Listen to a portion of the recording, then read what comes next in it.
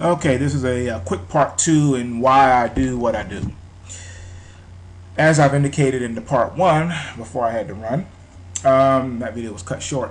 I do what I do because I like to help people. And again, if you can't give anything back, if you can't bring other people up to your level and help improve their standard of living, their quality of life, then what good are you? You're doing nothing. You're just a bloodsucker. You're taking and never giving back. And to me, I'm sorry, that's whack. I can't live like that. Another reason why I like helping people is because there's no reason why we should, as a people, have to beg and crawl to the state for food stamps and welfare benefits.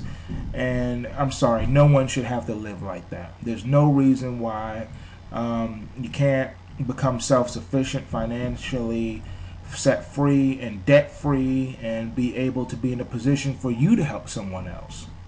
Like I'm helping you, you should be able to help someone else, pay it forward. That's what living is about, helping one another to grow as people and to care about your fellow man and to wake up to the realities around you and to get out of the debt trap and the money trap. And the only way to do that is through the markets while you still can. Something tells me they're going to be changing these markets and changing and making it difficult for people to get in. If you don't already have an account, I'm telling you, I've been saying this, you need to open an account. You need to get yourself together. Get your house in order.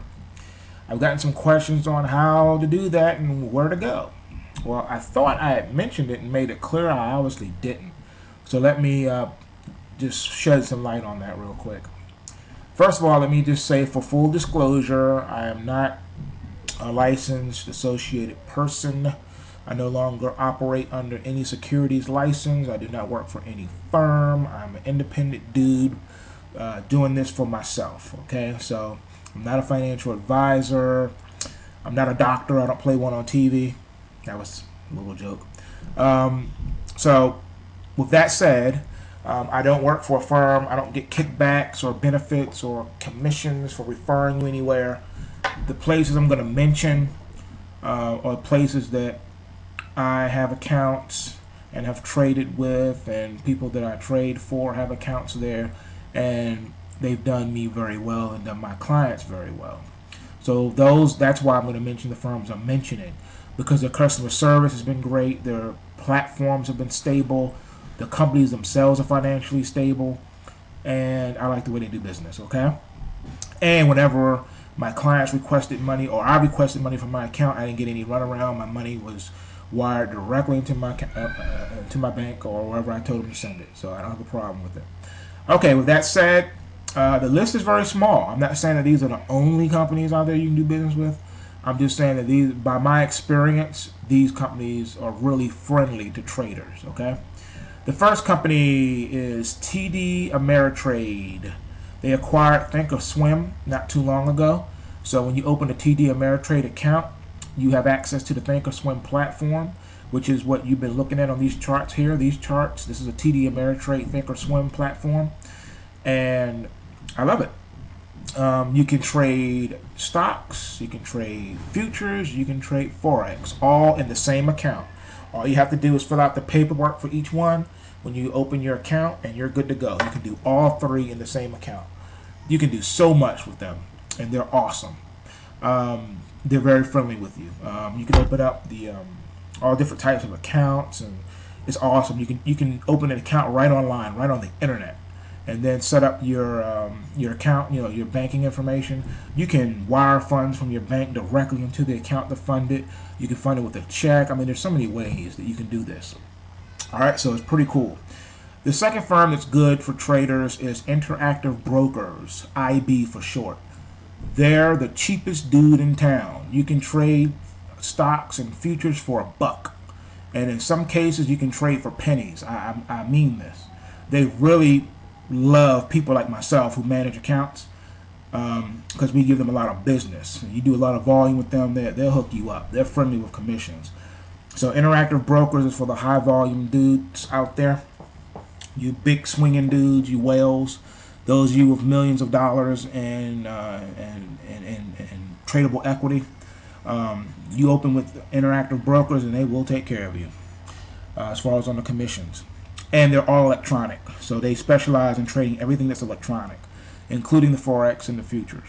The only drawdown with them is that you can only trade the electronic futures. You can't trade things that are pit traded with them, which is not really a bad idea, but that's the limitation.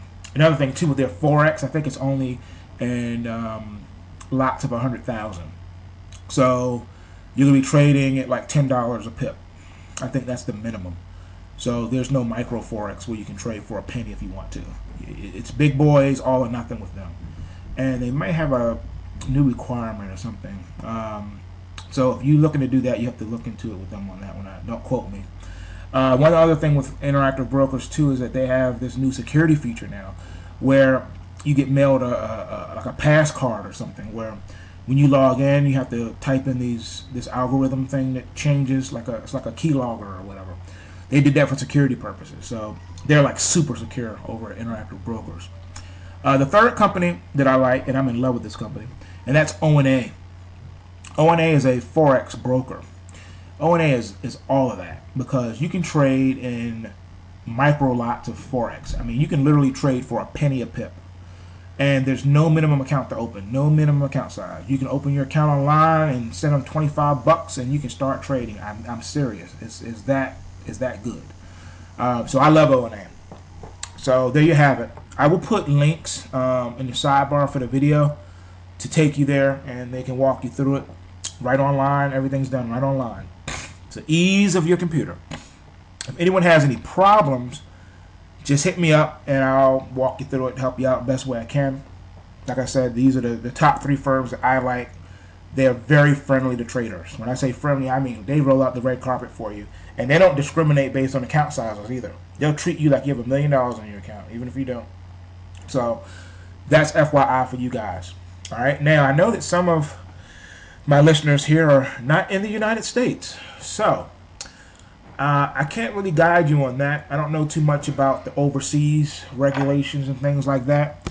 But I do know that Interactive Brokers is all over the world. I know that.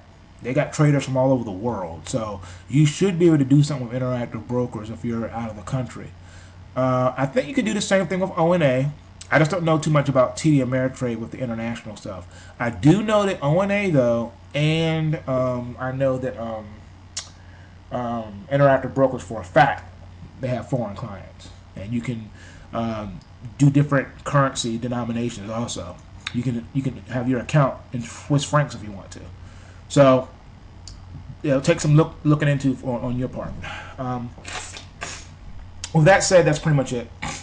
As long as those lines, as far as opening an account. So I will put some links in the sidebars for you guys so you can do what you need to do on that. Let's see what else. Oh yeah, the reason why I really stress you guys get your brokerage thing together is because banks are in trouble. They're in big trouble.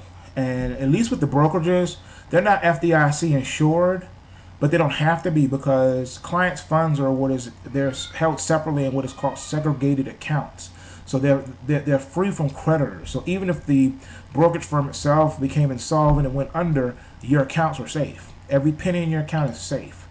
With FDIC, there are limitations. As you know, it's $100,000. The Obama administration changed it to like $250 or something like that. But it doesn't matter what it is, because you're still not going to get all your money. And we also know that the FDIC itself is insolvent. In case you didn't know that, FDIC is insolvent. If every bank right now went under, they would not be able to get everyone's money. And there's a process in getting your money. So who needs to go through all that? You can have $100 million in your TD Ameritrade account, and if TD Ameritrade went under, you get all your money. That's your money. No one can touch it. Creditors can't touch it. Nothing. It's your money. It's awesome. I love it. All right. And in the history of the stock market and the commodity futures market, not one account that was owed money was ever defrauded of that money. People always got their money. That's one of the things they can tout with the markets. Yeah, we got Bernie Madoffs and things like that going on, but straight broker-client relationship, no one's ever been out of their money. No one can say, I lost all my money, the broker took my money and ran away. It doesn't work like that. Now, the only difference with the Bernie Madoff thing, I'm glad I brought that up, is because here's something you need to know. In the Bernie Madoff situation, he was a hedge fund. Now, hedge funds aren't regulated the way that mutual funds are, or the way that a traditional brokerage firm is. And they don't need to be, really. I mean, that's another discussion. I don't think they need to. However, I'll say this, though. The thing with the Bernie Madoff situation that made that possible is because with a hedge fund or something like that, you're actually cutting a check to Bernie Madoff, okay? So another person is touching and handling your money, all right? That's what got people in trouble with the Bernie Madoff thing. He was able to take your money and roll out with it, all right? There are a lot of scams like that on the internet. You need to be careful. Do not give your money to a stranger, okay? Do not. The firms that I recommended are some of the top firms in the world, not just in the country. And they have very good reputations with how they do things, okay? But as far as someone, you know, saying, hey, send me money to trade for you, don't do it. You don't know that person. Don't do it. Even the way I do things, how I have people that I trade for, I don't touch their money. I don't tell anyone to wire me money, send me money for nothing. No, you set the account up and everything is in your name. The only thing that I do is you put me on the account with a limited trading authority, and that's it.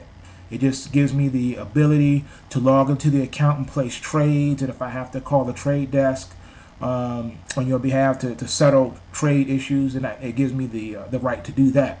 But as far as wiring money from your account or putting money in your account, you can't do it, don't have access, they won't do it. That's the way you set things up. That's the best way to do it. That way no one can say that, you know, I defrauded them or ran off with their money, because I don't have access to it. But the flip side of that is that for the clients to pay me, that's why I don't work with just everybody or just anybody. Even though I don't discriminate based on account size, I discriminate based on personality. And if I don't feel the person's going to pay me when it comes time to pay me, then we have a problem. And I have a rule of thumb too. I don't work with anyone that I'm going to have to punch in the face later. All right? And you should do the same thing. You know what I mean? Don't work with someone that if down the line you know for a fact you're gonna have to go and see this person, you know, to get your money, because it's not gonna be pretty. And you don't do that to people, all right? Because I believe that what goes around comes around. You screw someone, it's coming back to you, buddy, one way or another, and it usually comes back a lot harder. So, you know, you do right by people, do a good thing, and good things will come your way and happen for you. I just really believe that, and that's how I pattern my life. So I try to help as many people as I humanly, physically can. And yes, I've turned people away, and it's unfortunate, but that's just how it is. There's only one of me. In the future, I might consider, you know, starting some kind of company and where I actually would hold people's money and do it that way. I just don't know that I want to do that. People have talked to me about it. I've been approached with it. I just don't know if I want to do it in light of current economic conditions and the way things are going right now. I just don't know if I need that headache and the hassle, and with the regulators and all that, the way they're trying to crack down on things and make it hard for the little guy to be able to better himself. I mean, that's really what the laws come down to. They don't want the little people to be able to get on the same financial footing with the big guys. I'm serious. Why do you think they came out with all these rules like what's the one I'm thinking about, the one that comes to mind? High net worth individuals, you know, you have to be what they call a sophisticated investor to invest in a hedge fund. Man, that's malarkey. You know, you got to have a net worth of 200 grand and make $1 million a year and all this other foolishness. That is designed for the elite. It is not designed for the little guy. They want to keep the little guy out of the market. So what has happened in the last few years, and this is some of the good things that came out of the 90s and some of the financial reform, is they made it so that the little guy could come in and play. The little guy can open up a commodity futures account. The little guy can open a Forex account. Up until then, Forex was shut out. It was only for the big foreign central banks and large institutions and stuff. Those are the only people that could play in Forex. And the banks would make almost like $1 billion a year just trading Forex. That's where most of their profits came from. You probably don't know that, but it's a fact. In 2006, Bank of America made over $500 million in profit trading the Forex market, the foreign exchange market. Yes, Forex is like a $3 trillion a day market. It's the largest market in the world. It's larger than